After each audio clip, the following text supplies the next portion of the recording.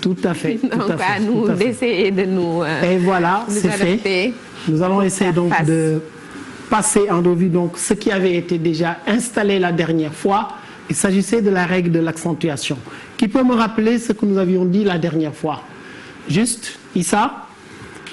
Alors, un mot prend un accent tonique où exactement? Donc, sur sa dernière syllabe,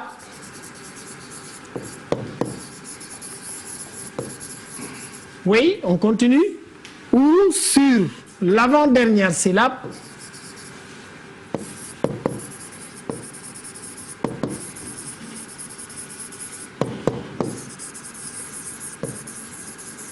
avec aussi un si, oui, si la dernière syllabe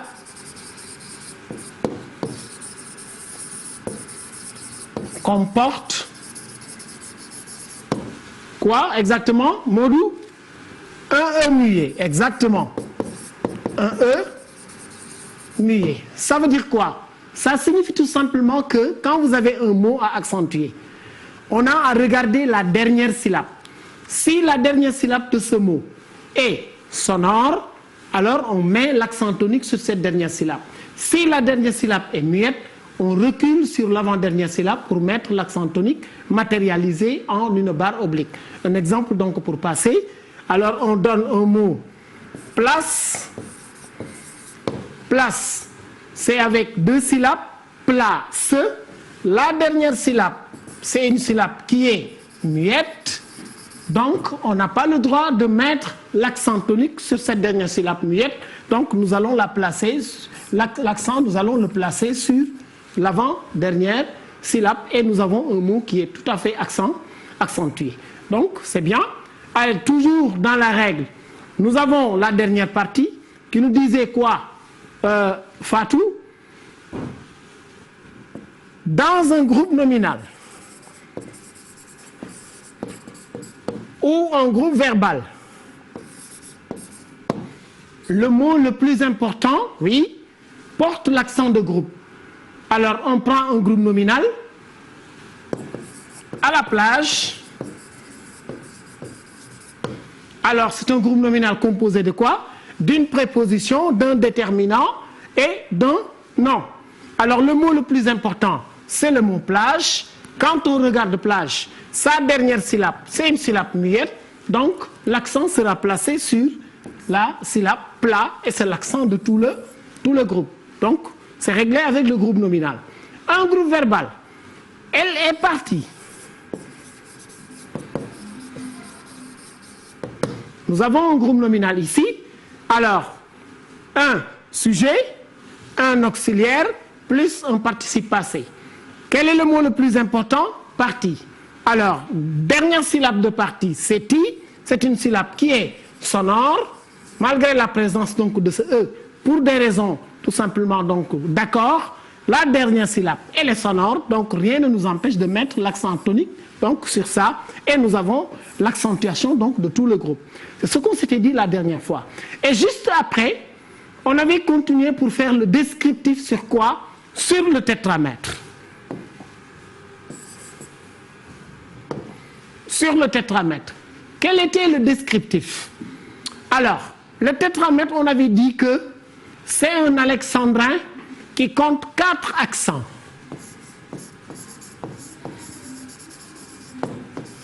Deux qui sont fixes, localisés sur la 6e et la 12e syllabe, et 2 qui sont mobiles. C'était ça la description.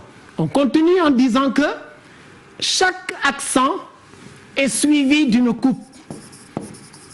Chaque accent est suivi d'une coupe. Alors cette coupe, elle est matérialisée comment? En une barre oblique pour les coupes ordinaires et en une double barre pour la coupe centrale et qui avait été appelée la césure. Et c'est cette césure donc qui divisait le vers en deux hémistiches. Et là, c'est là où on s'était arrêté la dernière fois. Maintenant, nous allons appliquer. Prenons un vers à partir de ce tableau que nous avons devant nous. Alors, je me permettrai tout simplement donc de choisir ici le texte de Paul Verlaine qui s'appelle « Après 3 ans ». Je choisirai le vers numéro 4. Pailletant,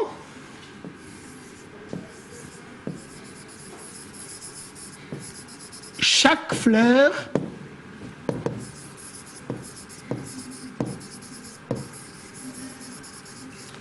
d'une humide étincelle.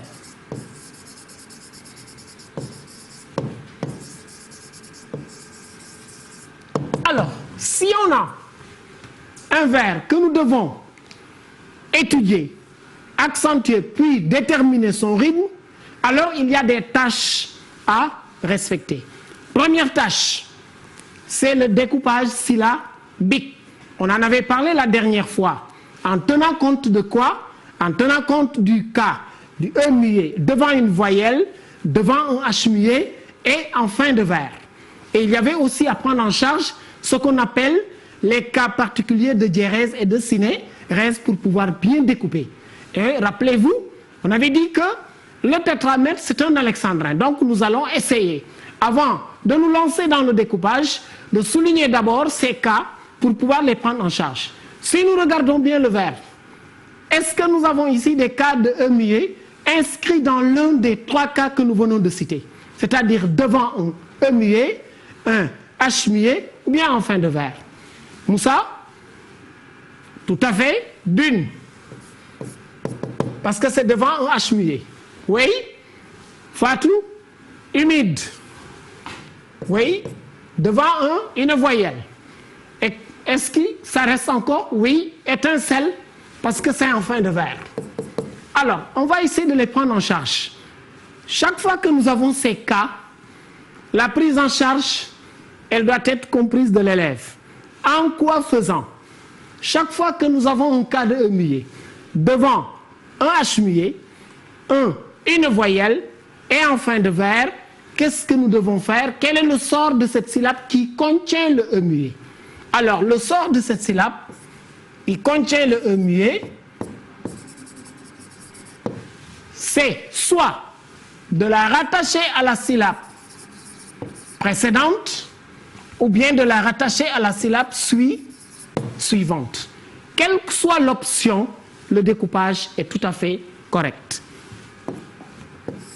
Alors, nous allons procéder ainsi. Alors, nous allons essayer de découper. Pailletant, chaque fleur. Alors, on va choisir, avec ce vers, de rattacher les syllabes muettes aux syllabes qui précèdent. Ne.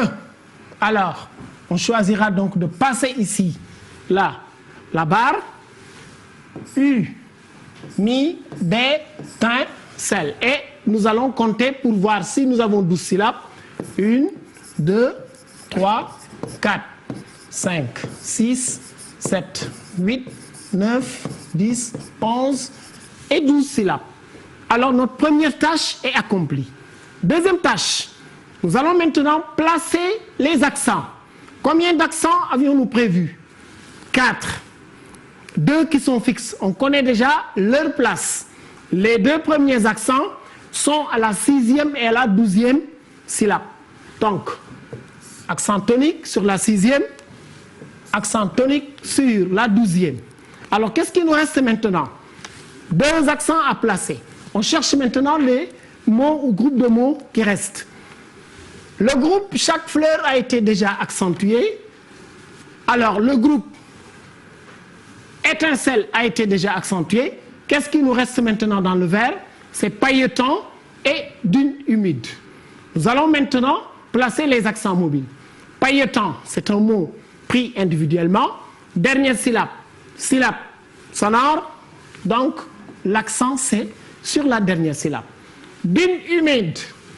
Alors là, nous avons ici la dernière syllabe qui a été emporté ici par cette syllabe mi, donc l'accent sera ici. Deuxième étape, donc, c'était l'accentuation. Troisième étape, c'est de placer maintenant les coupes. Parce qu'on avait dit avec le descriptif du tétramètre que chaque accent est suivi d'une coupe. Alors, première coupe, là, coupe centrale, 2 barres.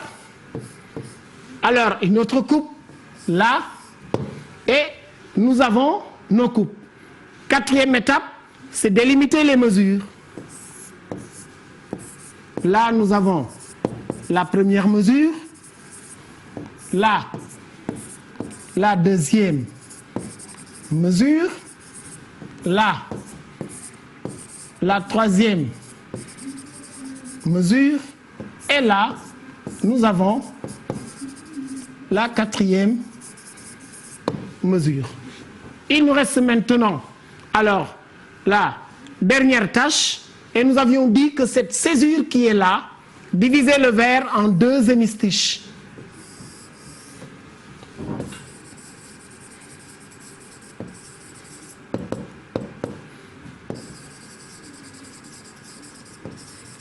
Et juste après ça, nous allons procéder maintenant au rythme de ce vers. Et on mettra rythme, 2 points. Dans chaque mesure, nous allons compter le nombre de syllabes que nous avons obtenues.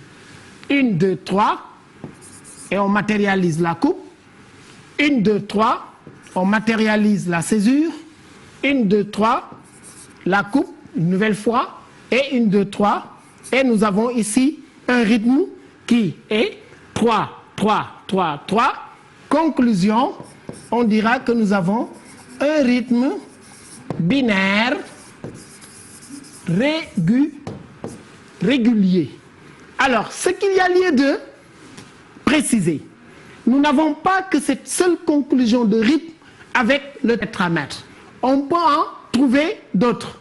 Alors, le temps ne le permettant pas, nous allons essayer donc de les citer très rapidement pour que, après avoir fini d'étudier votre vers, alors vous allez voir exactement le rythme correspondant à ce que vous allez trouver. Alors, ce qui va nous mener où? Les types de rythmes. Alors, pour le rythme régulier, c'est 3, 3, 3. Un rythme irrégulier,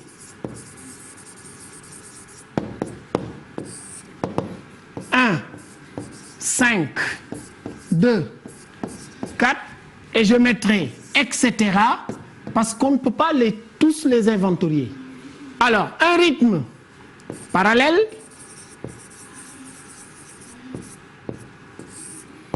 c'est quand nous avons 2, 4, 2, 4, ou bien 4, 2, 4, 2, ou bien 1, 5, 1, 5, ou bien 5, 1, 5, 1. Ça, c'est le rythme parallèle. Le rythme symétrique,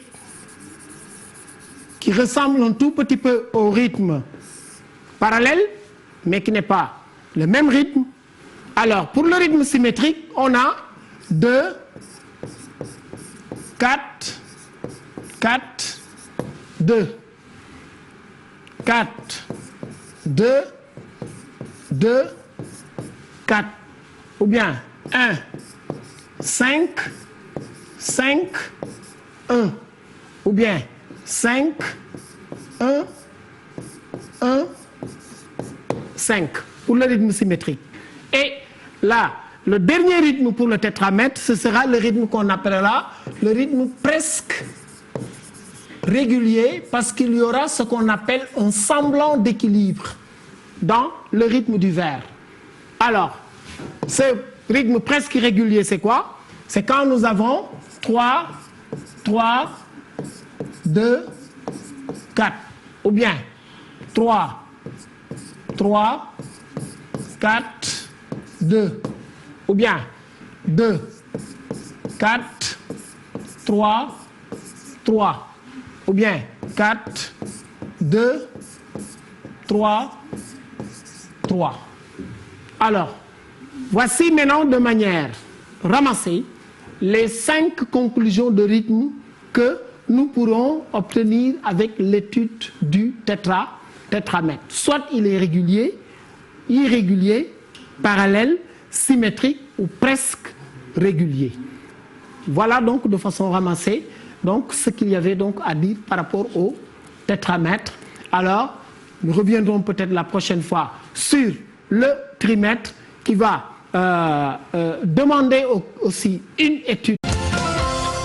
Alors, les Césaires, les Damas et autres, alors eux, ils ne produisent pas ça parce que là-bas, ils sont libres de faire ce qu'il y a lieu de faire dans la poésie. Mais l'importance donc du rythme dans la poésie, le rythme, il est porteur de sens.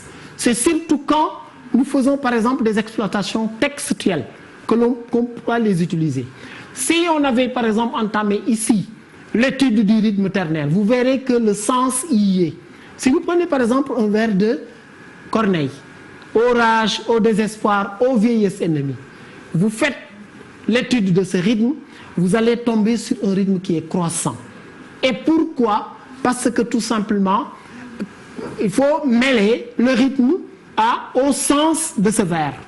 Qui l'a prononcé? C'est quelqu'un qui est là et qui a voulu tout simplement montrer que jadis, il avait des possibilités de faire, mais actuellement, la vieillesse qui était là, donc une vieillesse qui est devenue presque une ennemie, et vous voyez donc le rythme va croître. Donc le rythme, il n'est pas fait comme ça pour le faire, mais c'est fait avec le sens tout simplement donc, du texte qui a été étudié. D'accord. Donc voilà. Le rythme s'adapte. S'adapte tout à fait. Parfaitement. Merci beaucoup. Merci beaucoup. C'est un plaisir. Ok. Docteur Massamba, nous avons été bercés au rythme du texte de Paul Verlaine et aussi